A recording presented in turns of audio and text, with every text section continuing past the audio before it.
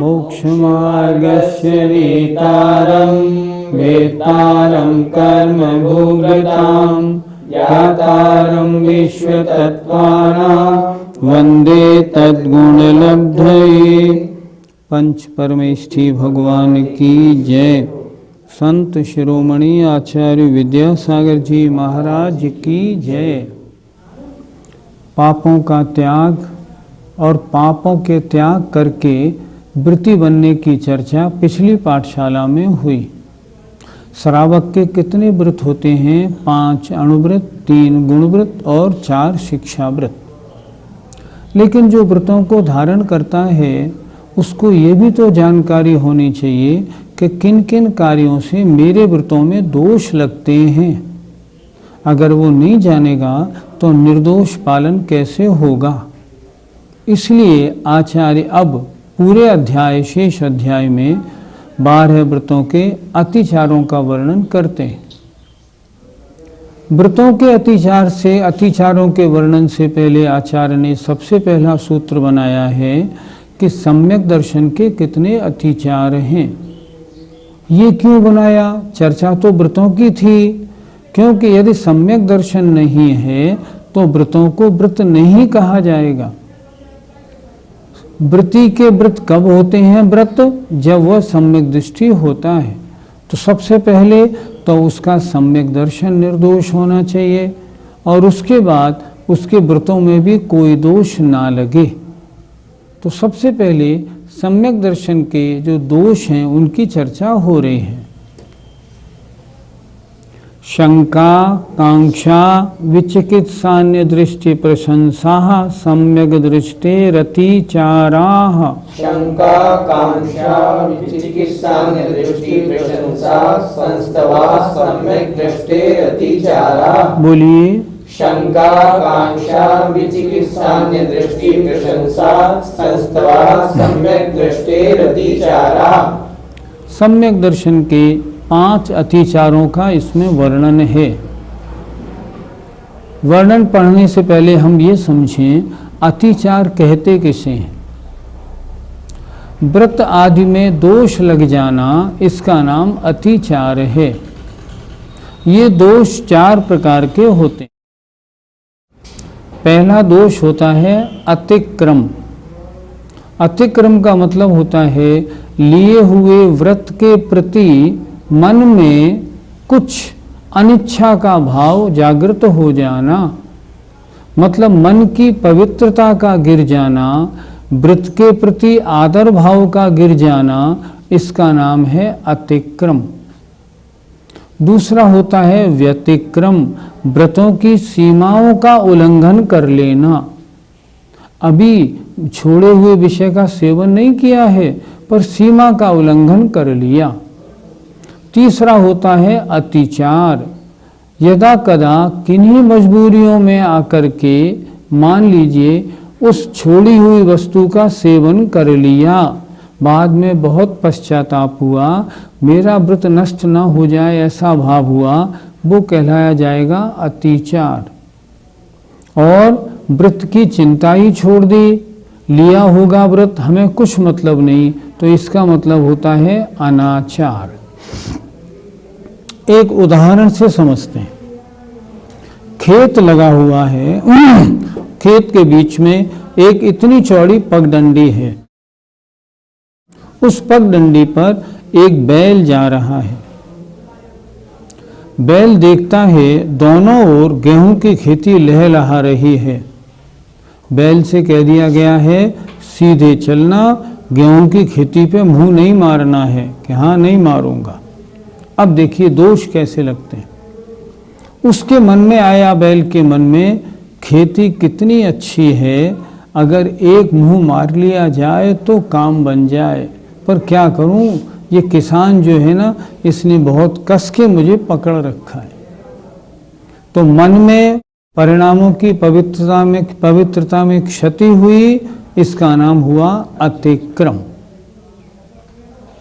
अब उसने क्या किया, सीमाओं का उल्लंघन किया। उसने क्या किया, चलते चलते जो दोनों ओर गेहूं की खेती लहलहा रही थी उस ओर अपना मुंह बढ़ाया, लेकिन मुंह बढ़ाते ही किसान ने कस के खींच दिया। क्या करते हो? तो ये सीमाओं का उल्लंघन हो गया, ये हुआ व्यतिक्रम। अब उसको नहीं रहा जा रहा था, मुझे तो गेहूं खाने हैं, कुछ भी हो जाए, इतनी अच्छी फसल और मैं ना खाऊं तो मुझ जैसा अभागा कौन। चलते चलते चलते चलते उसको गुस्सा आई, उसने जोर से एक झपट्टा मार के 10, 15, 20, 25 बालियों को मुंह में भर लिया। पीछे से किसान ने कोड़ा भी मारा, डंडा मारा, और अब मन में सोचता है पिटाई लग गई, अब मैं ऐसा नहीं करूँगा। तो अतिचार में छोड़े हुए विषय का सेवन हो गया, पर यह भी ध्यान में रहता है कि मेरी मर्यादा क्या है, मुझे मर्यादा भंग नहीं करनी, लेकिन उस विषय का क्वचित कदाचित सेवन भी कर लेता है, लेकिन मैं व्रती हूं ऐसा ध्यान रहता है उसको। इसके बाद अनाचार। अब उसे गुस्सा आई बहुत ज्यादा, तो उसने क्या किया, दौड़ के भाग के खेत के अंदर घुसा चला गया और वहां जाके खूब गेहूं खाने लगा। उस पर डंडे किसान ने मारे। उसने कहा कितने मार लो, मैं तो आज गेहूं खाऊंगा। इसका नाम हुआ अनाचार। अगर हिसाब से देखा जाए तो विद्वानों ने क्या लिखा है, अतिक्रम होने पर 25 नंबर कट जाते हैं, व्यतिक्रम और कर लिया तो 50 नंबर कटे, अतिचार पर 75 नंबर कट जाते हैं, और अनाचार करने पर 100 नंबर भी कट जाते हैं और -100% की पेनल्टी और लगती है। ये लिखा है। तो यहां जो वर्णन किया है आचार्य ने, उन्होंने अतिक्रम व्यतिक्रम का नहीं किया, उन्होंने अतिचारों का वर्णन किया है। अर्थात ये अतिचार एक तरह से व्रत भंग के पार्ट हैं, इनमें व्रत का पार्टली भंग हो जाता है, ऐसा इन्होंने लिखा है। तो कौन कौन से अतिचार हैं? तो सबसे पहले सम्यक दर्शन के 5 अतिचार। पहला अतिचार है शंका। भगवान के द्वारा बताए गए सूक्ष्म विषयों पर कदाचित शंका हो जाना। शास्त्रों में लिखा तो है पर जमता नहीं, कभी ऐसे परिणाम मान लो हो जाते हैं, फॉर एग्जाम्पल, तो शंका नाम का अतिचार हो जाता है। कांक्षा, सांसारिक विषयों में कभी आकांक्षा हो जाना, हम तो छोड़ चुके हैं लेकिन होते तो अच्छे हैं, विषयों में देखो आनंद तो आता है, कांक्षा नाम का दोष हुआ। विचिकित्सा, अर्थात मुनि महाराज के पास कभी बैठे हों, वैयावृत्ति आदि कर रहे हों, चर्चा हो रही हो और मुख से कभी बदबू आ जाए, तो मुनि महाराज के प्रति अगर घृणा का भाव हो गया तो विचिकित्सा नाम का सम्यक्त का दोष लगता है। सम्यक्त का अगला दोष बहुत ध्यान से सुनना है, अन्य दृष्टि प्रशंसा। अन्य दृष्टि माने अन्य मत वालों की प्रशंसा, मन से अनुमोदना करना। कुछ भी कहो, ये लोग होते तो अच्छे हैं, बड़े पक्के होते हैं अपने धर्म के, हम लोग तो कच्चे हैं, ये लोग बहुत अच्छे हैं। अगर ऐसा प्रशंसा का भाव मन में आ जाता है तो अन्य दृष्टि प्रशंसा, अन्य दृष्टि माने अन्य मत वालों की प्रशंसा करना। और अन्य दृष्टि संस्तव, अर्थात अन्य मत वालों का संस्तव माने वचन से गुणगान करना। प्रशंसा में मन से अनुमोदना है, संस्तव में वचनों से अनुमोदना प्रशंसा है। अगर ऐसे करते हैं ना तो क्या होता है, सम्यक दर्शन में दोष लगता है। आजकल हम क्या देख रहे हैं टीवी पर अन्य मत वालों के बहुत अच्छे अच्छे साधु आदि के प्रवचन आते हैं। हमारी समाज के बहुत से बुजुर्ग महिला पुरुष क्या करते हैं, टीवी खोल लिया और सामने बैठ के किसी भी अन्य मत के विद्वान साधु आदि के प्रवचन आ रहे हैं, बड़े मनोयोग से सुनते हैं और बाद में कहते हैं प्रवचन तो बड़ा अच्छा देते हैं। इनमें हमें अंतर ही क्या है, देखो आज आत्मा के बारे में कितना अच्छा बताया, ऐसा कह के उसकी प्रशंसा करते हैं। और मन से प्रशंसा कैसे करते हैं, नित्य सुनते हैं। कितने बजे आता है इनका प्रवचन, 12 बजे, ठीक 12 बजे आ जाएंगे और ऑन कर देंगे अपना टीवी। इसका मतलब मन से भी प्रशंसा और वचन से भी प्रशंसा। ध्यान रखना, अगर आप ऐसा करते हैं तो क्या होगा, सम्यक दर्शन में दोष लगेगा। हम तो इसलिए देखते हैं ताकि ये तो मालूम पड़े अन्य दर्शनों में, अन्य मत वालों में क्या दोष है। कुछ लोग ऐसा भी कहते हैं। मेरा उनसे निवेदन है, अभी आप भैया जी कच्चे हो, पहले अपना धर्म अच्छी तरह तो पढ़ लो। अभी आपने कितने शास्त्रों का स्वाध्याय किया है, पहले अच्छी तरह अपना धर्म पढ़ लो। जब अपना धर्म अच्छी तरह पढ़ लोगे ना, तब अन्य और धर्मों को पढ़ना कोई आपत्ति नहीं आएगी, फिर तो आपका स्वाध्याय और भी अच्छा होगा। एक बात और है ना, जो अपने में कच्चा है, अगर वो और सब धर्मों के चक्कर में पड़ेगा ना, तो खिचड़ी बन जाएगी, काम कुछ नहीं हो पाएगा। ना अपना धर्म पाल पाएंगे आप, ना अन्य धर्म पाल पाएंगे। इसलिए इस चक्कर को छोड़ें। जब तक आप अच्छे परिपुष्ट ज्ञानी नहीं बन जाते हैं, तब तक मात्र अपने धर्म के अच्छे सही शास्त्रों का, आजकल अपने शास्त्रों में भी मिलावट बहुत होने लगी है। शास्त्रों में गाथा अर्थ लिखा है, भावार्थ बहुत जगह बदल दिया गया, बहुत जगह तो गाथाओं में ही चेंज हो गया। नहीं, अगर ऐसा है ना तो उनसे दूर रहने का काम। पहले देखें सही शास्त्र कौन से हैं, उन्हीं शास्त्रों का स्वाध्याय करें, अन्य के चक्कर में बिल्कुल ना पड़े। और ये जो अन्य दृष्टि प्रशंसा, अन्य दृष्टि संस्था नाम का अतिचार है, इससे बचें। जरा एक बार फिर देखते हैं। सम्यक दर्शन के 5 दोष हैं, 5 अतिचार हैं। पहला शंका, भगवान के सूक्ष्म वर्णन में कदाचित मन में ऐसा विचार आ जाना कि ऐसा तो सत्य नहीं लगता। दूसरा कांक्षा, अर्थात सांसारिक भोगों की मन में कभी कदाचित कभी इच्छा उत्पन्न हो जाना। तीसरा विचिकित्सा, विचिकित्सा अर्थात मुनि आदि के मलिन शरीर को देखकर कभी घृणा का भाव आ जाए तो सम्यक दर्शन में अतिचार दोष लगता है। अन्य मत वालों की अगर मन से प्रशंसा होती है तो अन्य दृष्टि प्रशंसा, और वचन से प्रशंसा होती है तो अन्य दृष्टि संस्तव नाम का दोष कहलाता है। इस प्रकार इन 5 दोषों से हम बचेंगे, अपने सम्यक्त को, अपनी धारणा को बचाएंगे, नियम से एक न एक दिन सम्यक दृष्टि बनेंगे। किन्हीं माताओं बहनों का ये प्रश्न रहता है कि हमारा श्रद्धांत तो जैन धर्म पर ही है, लेकिन हमारे ससुराल पक्ष में अन्य मत को भी मानते हैं, हमें वहाँ जाना पड़ता है, तो वहाँ जाना चाहिए या नहीं? सच पूछो तो ये गलती प्रारंभ में हो गई। माता पिता को अपने बच्चों को उन्हीं घर में देना चाहिए जहाँ उनके धर्म का पालन विधिवत हो सके। आजकल तो बच्चियाँ शादी योग्य बड़ी बड़ी हैं, जब उनकी शादी की बात आती है तो उन्हें स्पष्ट बात कर लेनी चाहिए, मेरी श्रद्धा ऐसी है, धर्म के मामले में अन्य देवी देवताओं की पूजा मैं नहीं कर पाऊंगी, आपके यहाँ होती तो नहीं कि नहीं होती हैं, तब पाणी ग्रहण के लिए स्वीकारता दे, नहीं तो नहीं दे। पहले जानकारी कर लो ना।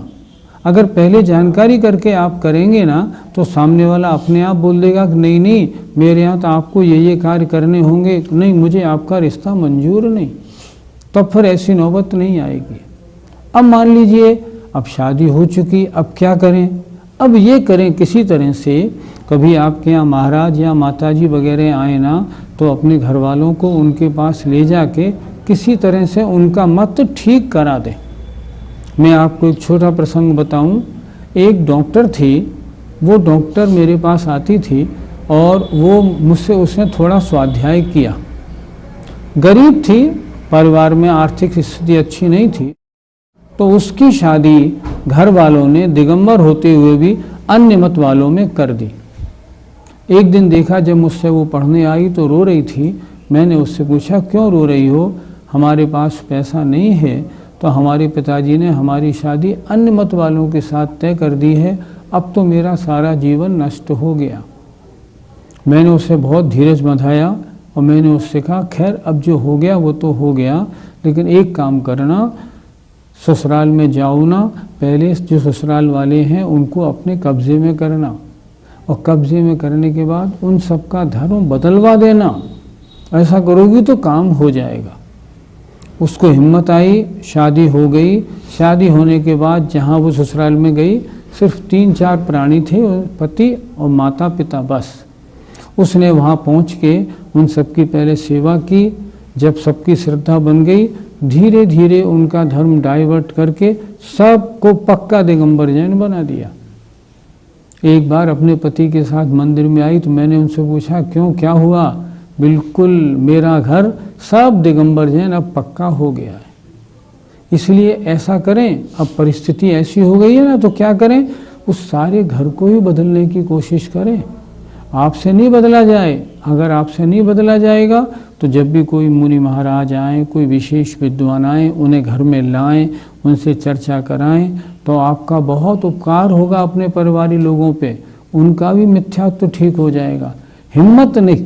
हिम्मत मत हारिए, हिम्मत बनाए रखिए, आपको सफलता मिलेगी। सम्यक दर्शन के अतिचारों को यदि देखा जाए तो हम अन्य मतावलंबियों के मंदिर इत्यादि के दर्शन करने, देखने इत्यादि भी नहीं जा सकते क्या?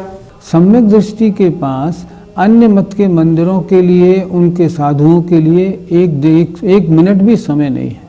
वो अपने समय की बर्बादी नहीं करता। एक बार हमने एक महाराज के पास सुना था, वो बहुत अच्छी तरह कह रहे थे। एक सज्जन हमसे आके बोले, महाराज हमने उस मंदिर को देखा, इतने करोड़ों रुपयों से उन्होंने वो मंदिर बनाया है, फलाने सेठ जी ने। हम देख के आए तो मुख से क्या प्रशंसा नहीं करें? तो वे मुनि महाराज उनसे कह रहे थे, ऐसा बोलो, इस सेठ ने इतना रुपया इस मंदिर में लगाया तो बड़ी मेहनत भी की, लेकिन अपना मिथ्यात्व भी पुष्ट किया और न मालूम कितनों का मिथ्यात्व पुष्ट करेगा। ये बोलो ना फिर ऐसा क्यों प्रशंसा करते हो कि उन्होंने मंदिर बहुत अच्छा बनाया? मंदिर क्या अच्छा बनाया? जो मंदिर मिथ्यात्व को पुष्ट करने वाला हो, क्या वो अच्छा हो सकता है क्या? सोचो, खुद सोचो। और वहाँ जाके घूमने का क्या प्रश्न? कुछ नहीं। मुझे याद है, मैं आगरे में रहता हूँ। आगरे में एक माताजी का संघ पधारा था। माताजी का संघ ताजमहल से मात्र 3 किलोमीटर दूर था। मैंने उनसे कहा, माताजी आज आपके पास समय है और आप जहाँ से बिहार कर रही हैं वहाँ से 1 किलोमीटर दूर सिर्फ ताजमहल है, तो 1 किलोमीटर ज़रा चलेंगे तो ताजमहल दिख जाए। लोग तो विदेशों से घूमने आते हैं। उनका उत्तर बहुत अच्छा था।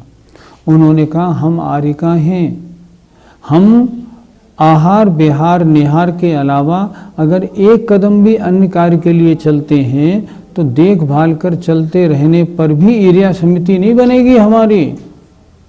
हम क्या देखने जाए ताजमहल? हमें उससे क्या लेना देना? हमें तो ये बताओ, ऐसा कोई मंदिर हो जहाँ शानदार मूर्ति हो, शानदार मंदिर हो, तो हम दर्शन करने चलें। ऐसे हम नहीं जाते। वो नहीं गई। मेरा मन श्रद्धा से भर गया। ये होना चाहिए अपना काम। तो अगर मित्र आदि के साथ अन्य मंदिरों में जाने का प्रसंग आए तो हमें क्या करना चाहिए? जाएं या नहीं जाएं? क्योंकि मित्र के साथ जाना तो पड़ता ही है और नमस्कार करना ही पड़ता है। ये भी तो बोलिए ना। सुनिए, आचार्य समंतभद्र महाराज ने रत्करण श्रावकाचार में क्या लिखा है? भयाशा स्नेह लोभाच कुदेवागमलिंगिनां प्रणामं विनयं चैव न कुर्यु शब्द दृष्टया। क्या लिखा उन्होंने? किसी भय से, किसी आशा से, किसी स्नेह से और किसी लोभ से। अच्छी तरह समझें, कोई भय, अगर मैंने यहाँ वंदना नहीं की तो ये मेरा कुछ बिगाड़ कर देगा, मैं अपने बॉस के साथ जा रहा हूँ, अगर मैंने इनके साथ इनके भगवान की पूजा वंदना नहीं की, ऐसा नहीं हो मुझे निकाल दे, इस डर से। आशा, सुनते हैं यहाँ वंदना करने वालों की सारी इच्छाएं पूरी होती हैं, इसलिए यहाँ आकर मैंने नमस्कार किया। आशा से, स्नेह से, मेरा मित्र है, देखो बुरा मान जाएगा इसलिए इसके साथ आया हूँ, चलो आज कर लेता हूँ, स्नेह से। और लोभ से, इनकी वंदना करने से मुझे पुत्र की प्राप्ति, धन की प्राप्ति, मुकदमे में जीत मिल जाएगी। आचार्य क्या लिख रहे हैं? भय आशा स्नेह लोभ से कुदेव कुआगम कुलिंगिनाम, खोटे देव शास्त्र गुरुओं की। खोटे देव शास्त्र गुरु किन्हें कहते हैं? बड़ी अच्छी परिभाषा।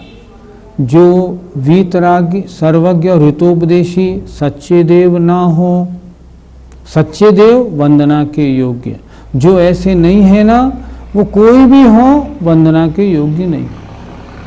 सच्चे शास्त्र महामुनि महाराजों के द्वारा लिखे गए दिगंबर जैन शास्त्र, और दिगंबर जैन 28 मूल गुणों का सही पालन करने वाले मुनि महाराज। इनके अलावा अन्य देव शास्त्र गुरु जितने हैं ना, वे सब किसी तरह भी वंदना के योग्य हैं ही नहीं। उन्होंने लिखा है, इनके अलावा अगर अन्य किन्हीं देव शास्त्र गुरु की किसी भय आशा स्नेह और लोभ से प्रणाम भी ना करे, विनयम विनय भी ना करे, न कुर्यु, कौन नहीं करता? शुद्ध दृष्टया। अगर तुम सोचते हो मुझे अपने सम्यक दर्शन की शुद्धि का भाव है, तो बिल्कुल प्रणाम भी नहीं, विनय भी नहीं, कुछ भी नहीं। लेकिन अनादर नहीं, अनादर किसी का नहीं। जैन धर्म किसी का अनादर करना नहीं सिखाता, अनादर किसी का नहीं करना, पर प्रणाम नहीं करना, विनय नहीं करना, बिल्कुल नहीं करनी। अन्यथा यहाँ जो था ना, अन्य दृष्टि संस्तवा, अन्य दृष्टि प्रशंसा, ये दोष लगेगा, सम्यक दर्शन में दोष लग जाएगा। हम क्या कहते हैं पूजा में? हो सम्यक दर्शन प्राप्त मुझे, तो सफल बने मानव जीवन। मैं भगवान आपकी पूजा क्यों कर रहा हूँ? ताकि मुझे सम्यक दर्शन प्राप्त हो जाए और मेरे ये मनुष्य पर्याय सफल हो जाए। एक तरफ तो आप ये भावना करते हैं, और दूसरी तरफ मेरे रिश्तेदार, मेरे मित्र, मेरा बॉस अगर जाए तो मैं क्या करूं? नहीं, बिल्कुल दूर रहिए। ऐसा भाव बनाइए जो स्पष्ट ये कह दीजिए, मैं धर्म के मामले में कंप्रोमाइज नहीं करता। अच्छा, कोई बुरा नहीं मानेगा, सामने वाले को एक दिन मालूम पड़ जाएगा आपकी धर्म के मामले में श्रद्धा ऐसी है, आपकी श्रद्धा को हिलाने की वो कभी कोशिश नहीं करेंगे, क्योंकि वे भी तो अपने में पक्के हैं। आप सोचें, आपके साथ कितने लोग आपके मंदिरों में आके आपके भगवानों की वंदना करते हैं? कोई नहीं करता। वे अपने में पक्के हैं, हम अपने में पक्के हैं। बड़े भाग्य से दिगंबर जैन धर्म मिला है, बड़ा भाग्य, न मालूम कहाँ का पुण्य काम में आया। कम से कम इस पर्याय को सम्यक प्राप्ति के लिए लगा देना है, अन्यथा ये मौका चूक गए तो फिर कब किनारा मिलेगा कुछ खबर नहीं। क्या किसी मुनि महाराज के पास लैपटॉप, मोबाइल आदि है तो क्या उनको वंदना करना चाहिए या नहीं करना चाहिए? एक मुनि के लिए क्यों, सबके लिए सोचो ना। अगर कोई देव हैं, वे राग द्वेष परिग्रह आदि से सहित उनकी मूर्ति है, कैसे वंदना करोगे? हम तो वीतराग के उपासक हैं। कोई शास्त्र हैं और उनमें हिंसा राग द्वेष आदि की चर्चा है, वो शास्त्र आपके द्वारा कैसे वंदनीय होगा? नहीं होगा। कोई गुरु हैं, अगर उनके पास परिग्रह है, मान लो मोबाइल लैपटॉप है, वंदना कैसे करोगे? मुझे बताएं, परिग्रह त्याग महाव्रत कैसे उनके माना जाएगा? क्या 28 मूल गुण की बजाय कम मूल गुणों में काम हम चला लेंगे? क्या नहीं चलाएंगे। अपने सम्यक की श्रद्धा को हमें हिलने नहीं देना है किसी भाव भी। लोग क्या कहते हैं, हमें तो 28 मूल गुणों का ज्ञान ही नहीं। मेरा उनसे कहना है, सांसारिक कार्यों में तो आप डीप तक घुस के उसकी नॉलेज प्राप्त करते हो। ये काम कैसे होगा, क्या होगा, कैसे नहीं होगा, कैसे करें और कैसे नहीं करें। और यहाँ अपने निजी काम में आप ये कहते हो हमें समझ नहीं। एक बार समझ लो ना, आपत्ति क्या है। बाल बोध में लिखे हुए हैं मुनि महाराज के 28 मूल गुण होते हैं। जो महाराज फ्लश की लैट्रिन में मान लो निवटने जाएं, मान लो कोई महाराज निवटने जाएं, वो उनको कैसे मुनि मानोगे। तरस और स्थावर जीवों की हिंसा हो रही है, सामने हमें दिख रहा है, अनछना पानी भरा है, उसमें तमाम गंदे कीड़े पड़े हुए हैं, उसमें अगर शौच के लिए जाएंगे तो कैसे मुनि अवस्था मानी जाएगी, नहीं मानी जाएगी। जो मुनि महाराज देवी देवताओं की पूजा आराधना करा रहे हैं, स्वयं मिथ्यात्व में लगे हैं, हमें मिथ्यात्व में लगाना चाहते हैं, उसकी वंदना हम कैसे करेंगे। बहुत थोड़ी छोटी छोटी बातें हैं, शास्त्रों का थोड़ा सा अध्ययन किया जाए तो हमको मालूम पड़ जाएगा सच्चे देव, सच्चे शास्त्र, सच्चे गुरु कौन हैं। इनके अलावा अन्य देव शास्त्र गुरु की पूजा, भक्ति, विनय, प्रणाम करना ही नहीं। उनके लिए दान देने का प्रसंग आने पर बिल्कुल शांत हो जाना है, अन्यथा आपका दान भी दुरुपयोग में लगा हुआ माना जाएगा। सूत्र नंबर 24 देखते हैं। व्रतशीलेषु पंच पंच यथाक्रमम। व्रतशीलेषु पंच पंच यथाक्रमम। बोलिए, व्रतशीलेषु पंच पंच यथाक्रमम। सम्यक दर्शन के 5 अतिचारों का वर्णन तो हमने इसलिए किया, आचार्य कह रहे हैं, ताकि सम्यक निर्दोष हो जाए, ताकि आपके व्रत निर्दोष माने जाएं। अगर सम्यक दर्शन ही अतिचार सहित हो गया और खंडित हो गया, तब फिर व्रत नहीं होंगे। अब यहाँ आचार्य क्या लिख रहे हैं, व्रत और शीलों में जो 5 दोष लगते हैं, व्रत शीलेषु, व्रत माने 5 अणुव्रतों में, शील 3 गुणव्रत और 4 शिक्षा व्रतों में, पंच पंच जो 5 अतिचार हैं, जो दोष लगते हैं, उनमें से 5 दोषों को हम यथाक्रमम क्रम के अनुसार कहते हैं। पहले अहिंसा अणुव्रत, फिर सत्याणुव्रत, इस तरह क्रम से आचार्य कह रहे हैं, मैं उनका सूत्रों में वर्णन करूँगा। हमारा कर्तव्य क्या होता है, हम इस जीवन को बिना व्रत के समाप्त ना होने दें और व्रतों को धारण करें। तो ये भी अच्छी प्रकार समझ लें व्रतों का स्वरूप क्या है और इनमें लगने वाले दोष क्या हैं। जैसे सम्यक दर्शन के दोष की चर्चा थी ना, हमने सोच लिया अन्य मत वालों की मन से भी प्रशंसा नहीं और वचन से भी प्रशंसा नहीं, और सम्यक दर्शन अर्थात शंका, कांक्षा और विचिकित्सा दूर दूर तक नहीं लगने देंगे। जैसे आपने ये कहा, इसी प्रकार जो व्रतों को, जिन व्रतों को आपने धारण किया है, उनमें लगने वाले जिन 5 दोषों का, कमियों का, अतिचारों का वर्णन यहाँ आचार्य ने किया है, उन्हें हम अच्छी प्रकार समझेंगे और अपने व्रतों में लगने नहीं देंगे, ताकि इन व्रतों का निर्दोष पालन हो, असंख्यात गुणी निर्जरा मिले, आत्मा की पवित्रता हो और हमारे जीवन का कल्याण हो। समय आपका हो गया। जय जिनेंद्र।